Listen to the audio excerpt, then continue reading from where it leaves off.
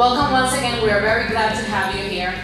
As you know, this is the Lawrence Partnership Citizens Academy, which is a program, a 12-month program, where we meet the second Thursday of every month here at the library to have one of the department heads of the city to talk about their department, their services, the functions, because what we want to do is to kind of like educate the community about the inner workings of the government, with the purpose of getting them involved, hopefully participate in some boards, local boards, community boards, and also to be more informed of what's happening within the city hall.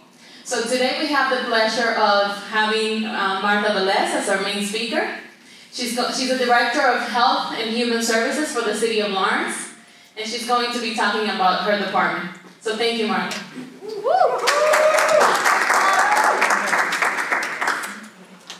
Well, hi, George, wherever you are.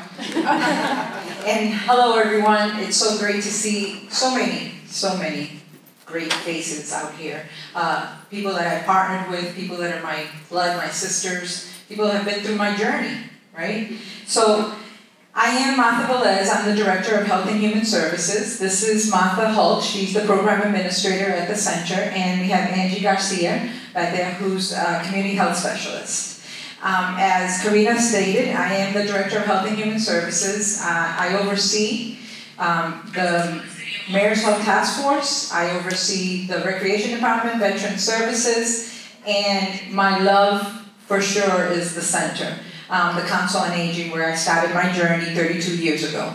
I have the pleasure of working for Mayor Brian A. DeBena, and he is my 10th mayor that I've worked for. I have a love for this city.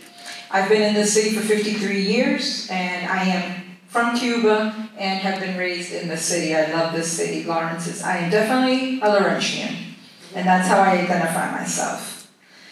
I want to say that at the Council on Aging, our mission, which is important to us, is to promote the physical, emotional, and economic well-being of older adults and to promote their participation in all aspects of community life. What exactly does that mean to me? When I took over 12 years ago as the Director of the Council on Aging, I wanted to make sure that I drove the mission on how elders are an important part of this community. And my mission was to really become involved in the community in all aspects, and from birth all the way to elders. And I wanted people to understand that, the quilt is made with many different blocks, which means that life is touched in many different levels. So that means that an elder has a family, has grandchildren, has a community that they need to be part of. So I wanted to make sure that in these past 12 years that I've been director, I think we've done a successful thing. One of the things that, our vision was very much community facility where an older adult comes together for services and activities. So I wanted to make the center of the city. The center where we could bring all kinds of events, activities, and all kinds of diversity to enhance the dignity and support all the community residents in the city. And it took a great deal of work to do that. We had to change some minds of people that were at the center because they were just very focused on it being a senior center, and it is a senior center, but I wanted them to understand that if we don't become part of this community, we are not part of the community. And it's really important to understand that as I build partnerships throughout the way with many organizations, it was about servicing seniors along with the people that all the other organizations were serving. And what were their needs? So that was my vision. I want you to meet our staff, and I know that I've already, introduced Martha and Angie. I couldn't do this on my own, never. I have possibly the best team in the world. I have been blessed that when I come from meetings or wherever I go and I have all these crazy ideas, and they go, oh my gosh, she's going to another meeting. I come back and I say it and I speak it, and they buy into it. I think a great leader not only comes up with ideas, but allows the people around them to be their own individual self. So what I try to do when I build my team is to see people in a different way than what my assets are. So how do I bring different assets together to make sure that we make a whole pot, right? Because you need a lot of ingredients to be able to do something. Martha Holt and myself, we're both Marthas, M&Ms with no nuts, I always say, right? But we're very different, but we're very much alike. We have a lot of love for community. She's very analytical, I'm very like organized, very like, okay, let's just do this, and she's like, okay, wait, let's write this out, Martha. I'm like, no, I got it all in here. She's like, no, I need to write it out.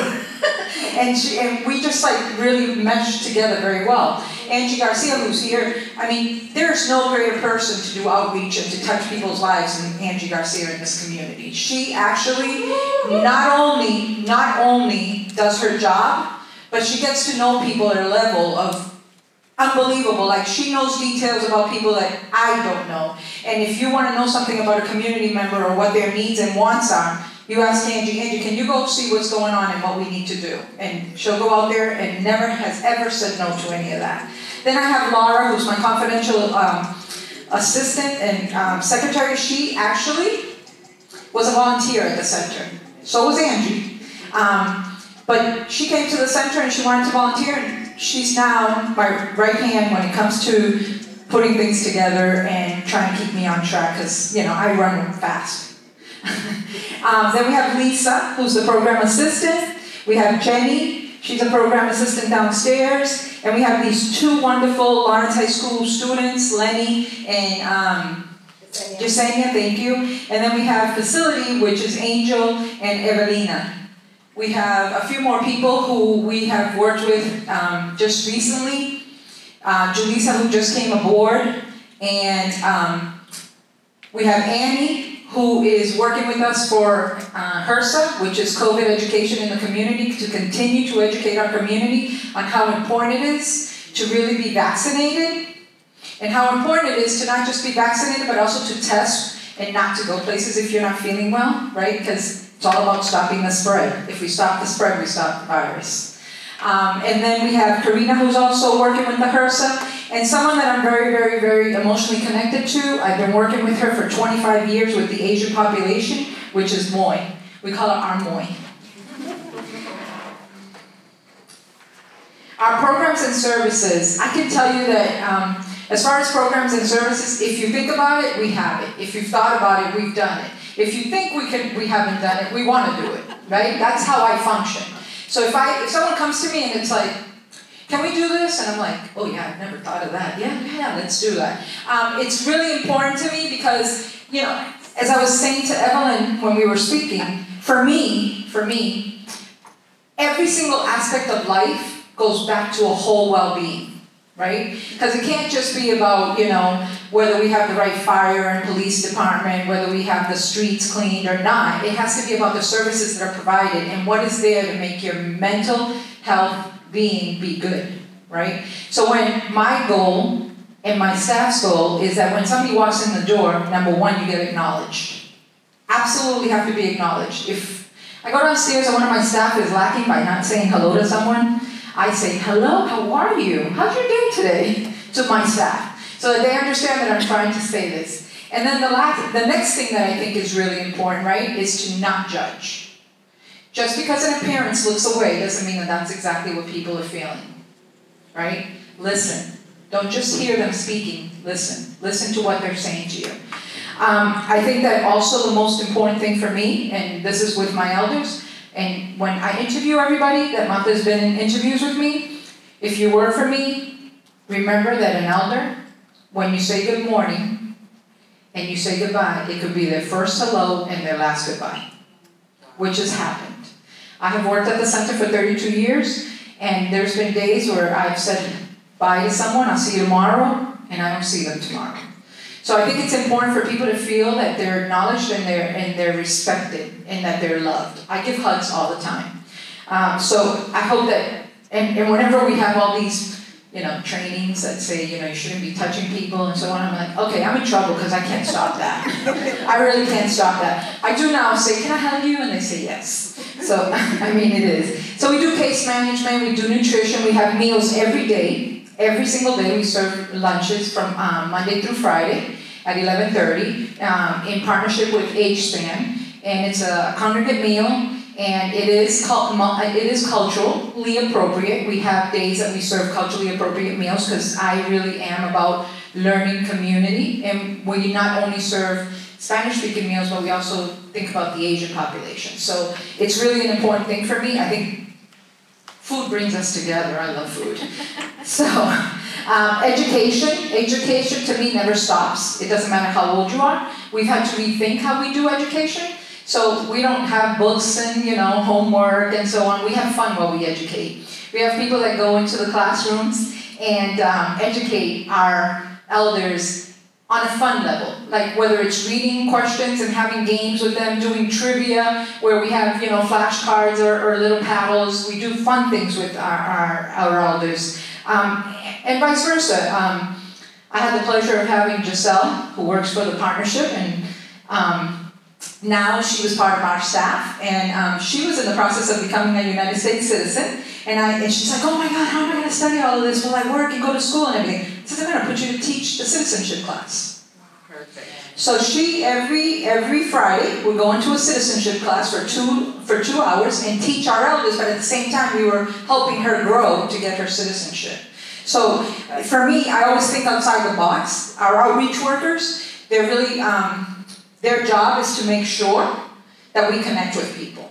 It really isn't about just going out and putting out a flyer. That's not what it's about. It's about connection. Paper gets crumbled up and thrown away. Everybody will remember how you treated them. Everybody will remember how you spoke to them. Everybody will remember how much time you took to be with them. So if we do that right, we do things right. Volunteer program. Listen, I don't know anybody that can't use volunteers. So we find ways for people to do things for us, because there's always something to do. And believe me, with all the things that we do, if we can get all our work done in our desk, then something's wrong, right? Recreational activities, my favorite thing. I love to throw a party. Everybody knows that. Vilma Martinez and myself, along with Alicia and many partners, have built the Mayor's Health Task Force. And we did that with doing a lot of events at the center and doing a lot of parties for people to really make them understand how to really take care of yourself. And not just from, having a party, but also is how do you educate people on breast cancer, colon cancer. I mean, we actually used to screen men at the center. We used to have doctors come in and screen men at the center for prostate cancer. So, I mean, exercise. I am a firm believer that it really doesn't matter how you look on the outside, as long as you feel good, but you also have to move, right? You have to move, because if you're stationed, it's going to hurt when you get up. So just move and exercise. To me, we have exercise in the morning for seniors, and if you go in there, it's 60, 90 people strong. And we also have exercise in the evening, where when we have the REACH grant in partnership with Greater Lawrence Family Health Center, and my godfather, Dean Claycorn, who I love to death, he actually believed in the mission of what I wanted to do, was to have exercise in the center, at the center of the city, for people who did not fit into that square of going into a gym. And so we offer exercise classes for $1. Before the pandemic, we were doing 2 classes every day, Monday through Thursday. After the pandemic, we're going to start with 1 class and see where it goes from that. But we're going to be doing classes from 5:30 to 6:30. So if you're anybody from 18 to 99 or 100, if you want to come in, and you do it at your pace. You don't have to go fast like Ramon Mardolis, but we have Caribbean Rhythm and Zumba. Research, we're very fortunate to have partnered with many research partners to do many things in this community about diabetes. We've done lead, we've done breast cancer, we've done a whole lot, food, nutrition, mental health. We've done all of this, and this has been like a domino effect. We started with diabetes, and it kind of like dominoed into what are the needs of people, right? And today we're still looking at how, depression and how food insecurities really affect, We're a busy place. We're a very busy place. We last year provided 340,324 units of service to over 6,000 seniors. Prior to COVID, we used to have a brown bag distribution where we would give 1,500 bags every single month along with age span. So we before COVID, it feels like last year, it really does. It feels like 3 years have like just gone away from me. We actually gave 16,750 bags every year of food, and we did that for a good 14 years, I want you to know. During COVID, we gave out 3.7 million pounds of food. That's what we distribute just from the center. So I just want everybody to get a visual of this. I know that, 3.7 million pounds, but it's really difficult to understand, but it's 3.7 million pounds of food that were loaded onto a truck, unloaded at the center, brought into the center, had to be taken apart and packaged, to then put in bags, to then bring them out to the front of the center, to then distribute. So, I mean, I always say it's 3.7 million times 4, right? Because you're doing all this work. So, I consider myself a very pivotal person. I pivot whenever I have to. I can adjust very easily for me. And one of the things that we did while COVID was going on is looking to see what besides all the vaccination, all the education, everything that we were doing along with food is how do I figure to do this? Because I knew that the community had a need for food. And we delivered to every single COVID patient while they were having COVID symptoms. We delivered food to them. On a yearly basis, we serve 10,178 congregate meals, and we serve about 282 elders at the center for meals. At this point right now, Monday through Friday with age span, we actually deliver just over 300 meals on a daily basis to seniors in our community. Celebrating culture, for me, diversity, right? I believe that who you are makes what you do. Right? So if you are from a culture, that makes you you. You are unique. You have this culture in you that you want to share with other people. So for me, if you don't get to a point where you understand everybody's different culture, right? Because everybody thinks Latinos. Well, I'm Cuban. I do not eat rice and red beans. Yes, do I like it? Yes, but my culture eats rice and black beans and pork. Right? My husband's Puerto Rican. He eats rice, red beans, and chicken. Right? So and the beans aren't made the same. So yes, we have that thread, but that doesn't identify us as all being one. So I can't stress how important it is for us, especially for Martha and I, when we talk about is how do we celebrate culture? How do we celebrate diversity? How do we bring people together? And when we bring food together, we want to make sure that it represents everybody. And we try to do a really good job with, understanding who's coming to that event and how do we really celebrate that culture.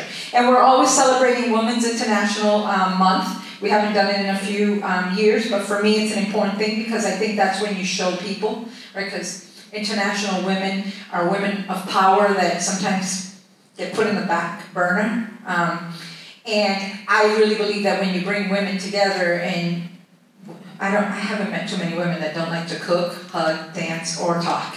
Right? So we're going to do either of those, right? Our focus is the social determinants of health. Again, as I said at the beginning, all of these things that are up here, to me, is what makes well-being, whole well-being. There might be people that need immigration services, which will help them to get housing, which will help them to be a volunteer, which will give community support, will enjoy the outdoor space, will have health services, will be healthy living because now they don't have that worry of, oh my God, I don't have status. Oh my God, nobody helped me with the N400. I have a problem and I don't know who to ask. And we tell everybody, come ask so that we can help. We don't say that we can solve anybody's issues, but what we do say is we can help in setting you in the right direction. Our community resources, we're mandated, the Council on Aging is mandated by the Executive Office of Elder Affairs to be a referral agency. So it is our job to be a referral agency for elders. So when people retire, the first place they should come is come see the Council on Aging. What are the things that I need to know? What are the things that I should know? How do I connect to other places? That's where we're really, our mandate of the Council on Aging is exactly that. The center is the physical activity space of the Council on Aging. We do outreach, we do health benefits counseling, we do housing applications assistance, we do elder advocacy, legal assistance referral, We do homemaking assistant referrals, voter registration, fraud and abuse workshop, support groups. We're doing all these things that really, really work in what we consider the staple of what the center is. Our outreach workers, we have outreach workers that work with the Asian population and the Hispanic population. Our volunteer services, I've been a partner with Retired Senior Volunteer Program for 25 years. We worked very closely with the Senior Tax Work-Off Program to make sure that seniors that are struggling to pay their taxes, they can come and work for the city for 47 hours, and they will get an $800 tax work-off for the city. So we're proudly do this for the people that are having a struggle. We know that the inflation in the economy is hard. What I want people to know, and especially seniors that are listening to this, if you're at home and you're struggling or you can't pay your bills, come see us. We will try and help you and guide you in the right direction. Our health and wellness, if you can keep everybody healthy, that would be the goal.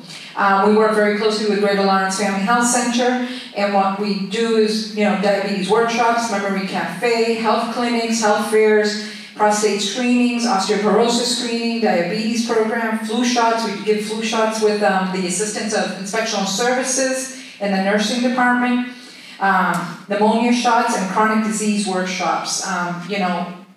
If you're sick and you have a disease that you have to live with, we have workshops that we can work with you. We have all these things that we've done in the past. This brings memories to a lot of people here. The Wear Red, the Diabetes Alert Day, the Breast Cancer Walk, the citizenship, take the diabetes test. And we do all these things. We're one of the few centers, just to let you know. I had a secretary come to the center the Executive Office of Elder Affairs Secretary. And she came in and she was like blown away. She, gave her a tour, everything. And she left. So about 2 months later, I'm walking downstairs and I see the secretary coming in. And I say, "Secretary, I didn't know you were coming." And she says, "Martha, I really wasn't scheduled, but I was just driving and I just thought, I was so taken back with how many men were in your center. And how many men were playing pool and dominoes and card games and, just sitting by the window and, it's about 80, 90 men strong." And she goes, I just wanted to come because I didn't know if it was just staged. I'm like, "Please, come on in." It wasn't staged. This is an everyday thing. Before COVID, we used to see anywhere between 600 to 800 people through our doors on a daily basis. There was not one moment in that place that it was slow. Probably like around 2:30, 3 o'clock, it would die down a little. But when you came in at 8 o'clock, you better be ready because they're waiting for you outside already. Right? And lunchtime, like, "I gotta go have lunch." "No, but I need lunch. Give me the bingo things. Give me the 45s. Give me the pool. How can I get this?" And they just have a lot of fun while they do all of this. And that's the atmosphere that we want to create. It is not my house, it is their house. It does not belong to me. I am the steward. The center belongs to the city. I work with the mayor to make this community a better place. So I work for the people. So my mentality, I've been here, this is my 10th mayor, and I really feel from the bottom of my heart that when I work with a mayor, with his goals, his objectives, and Mayor Brian A. De Peña is really about community, and I appreciate that because I have always been about community. I work with him, but I work for the people. I work for every single resident that comes in through my door that needs my service.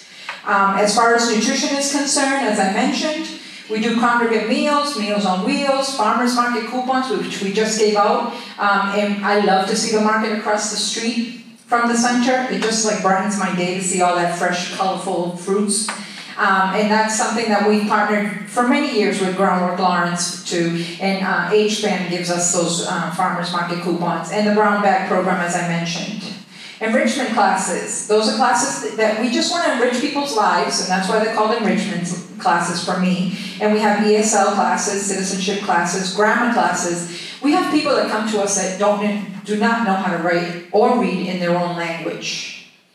And my biggest accomplishment, there's a few of them, but one of them, I'll never forget, one of my elders at 84 years old came up to my office. My door is always open. If my door is closed, I'm in a meeting, but my door is always open, and she stood there and she goes, I just want to show you something. And I said, yeah, sure, come on in. And she gave me the check. She hadn't cashed it, and for the first time in her life, she signed the check. She didn't put an X on it. Wow. And she learned that at the center. So that to me is amazing. Those are the things that we, strive to do. We have so many great memories as we were looking through all these pictures of great activities and events that we've done. We do art classes. And when I say we, truthfully, most of this is done by staff. Staff are the people that just come in and say, yeah, Martha, we're going to do this. We don't go hiring a lot of people because, as you can all imagine, Council on Aging is not on the top of the budget of mayors. It really isn't. It's almost at the bottom. But it's gotten better. It's important to know that, we're there and that we do love what we do. The recreational activities, we take trips, we do fun things. During COVID, at the end of COVID, when we were doing outdoor things, we would do things in the park for seniors so that they would just know. And we would just set up shop and let people come by, and we would do arts and crafts. And we do sewing and field trips and dominoes. And there's Giselle in the corner over there. And Rafa just came in. Rafa used to work for us too, or with us. Our exercise again. This is pictures of our exercise class, and this is no word of a lie. This is what it looks like every single day. For the people that know, that go to meetings at the center, this is exactly what it looks like at 8 o'clock in the morning at the center. 8:30 we start exercises, and then at 9:30 we go to classes. Our evening classes are the same way. Ramon, who loves to shake it, and Dolis, who loves to get together with people. This is reality. This is our fun. And this is what we do. Our research partnerships, it really has been about diabetes prevention, mass public health, exercise and nutrition education, age-friendly. That's an important part of what we've done with the Mayor's Health Task Force. Alicia and Minerva are here from the Mayor's Health Task Force. We definitely want to make sure that as people age in place, we look at how you're aging and how the city can do better to make sure that you feel comfortable in where you're gonna live for the rest of your life, and making sure that when, trying to really speak about, lights when we're crossing, and, streets and sidewalks and conditions of parks, and, really understanding that seniors, when they want to sit down on a bench, they need some shade over their head, not just like a bench that's hot, So all those kinds of things we bring up. This is our partners that we did with UMass Worcester, where we did Caribbean Latinos. This is a long time ago. But we worked really hard, and we've done some great things. Age-friendly, based on a community service which help identify Lawrence's residents' needs in order to age healthy in the city of Lawrence. And these are some of the activities that we've done. And we're everywhere. We are everywhere. We walk the streets. That's what we say. We walk the streets. There's no place that we haven't gone. It's been difficult, and we know that one of the things that we did, we were the centerpiece for the gas crisis. It was the center that, was chosen because of being the center of the city, and because of the work that we've done with all the work that has to do with residents and community. We were there to assist people, not just in the day of the event, but also throughout. It actually took us about 1.5 years, almost 2 years to finish. As a matter of fact, if I kid you not, I think Angie saw the last person from the gas crisis. I believe it was towards the end of, or the middle of 2019 that we finally placed that last person. And then, 6 months later, we're in another crisis. So I'm definitely going to buy a kayak because, I'm just waiting for the flood to come. We've had, explosions, we've had, a worldwide pandemic. All we need to do is swim now. COVID-19 has been a challenge. But every challenge teaches you something. It makes you look within yourself. It also shows you how strong you are. And it also has shown me how much I love this community, and no matter what, I just dive in. And when I dive in, I want you all to know that the staff that you met, they all dive in with me. They really do. I don't ever have to say to anybody, come on, you're really not going to help. They just dive in. They're like, all right, Manta, how can I help?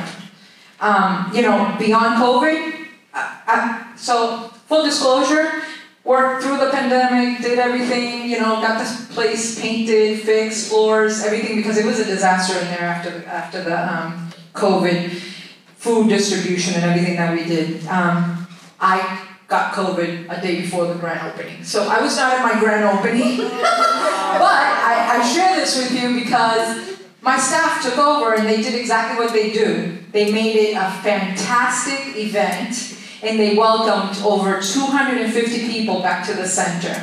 And you know, as you can see, bienvenidos, welcome, and then in Chinese and Vietnamese, our shirts were, because that's the population we serve. So again, culture and diversity is really important for you to look at and how you treat people, and people really realize that that's what you do. Mi casa es su casa. I do feel that the center is my home. I absolutely love my center. When I was offered the Director of Health and Human Service, I said, I'll take it only if you don't move me from this place. Because I just feel that I'm connected to this place where I have built it brick by brick to be what it is. And what it really is an arm to this community. It's not Martha's, it doesn't belong to Martha, it's just a building that really wants to give love to this community and give services to everybody that comes in through our doors. So these are our hours. We're open right now Monday through Friday, 8 to 4. Our exercise classes are 5:30 to 6:30. Before COVID, I had English classes for working people that, you know, couldn't get into the Adult Learning Center because they didn't pass the test, and we would get them ready for the test, and I'm looking to start that again. So that will probably start sometime at the beginning of next year, after the winter, because it's winter. But in Spanish we say, yo soy su servidora, I am your servant, and I'm here to serve you. So thank you, Lawrence, I love you, and I love all the people in this room that I've worked with and been partners with. Thank you so much for this time, and thank you, Lawrence Partnership, for inviting me.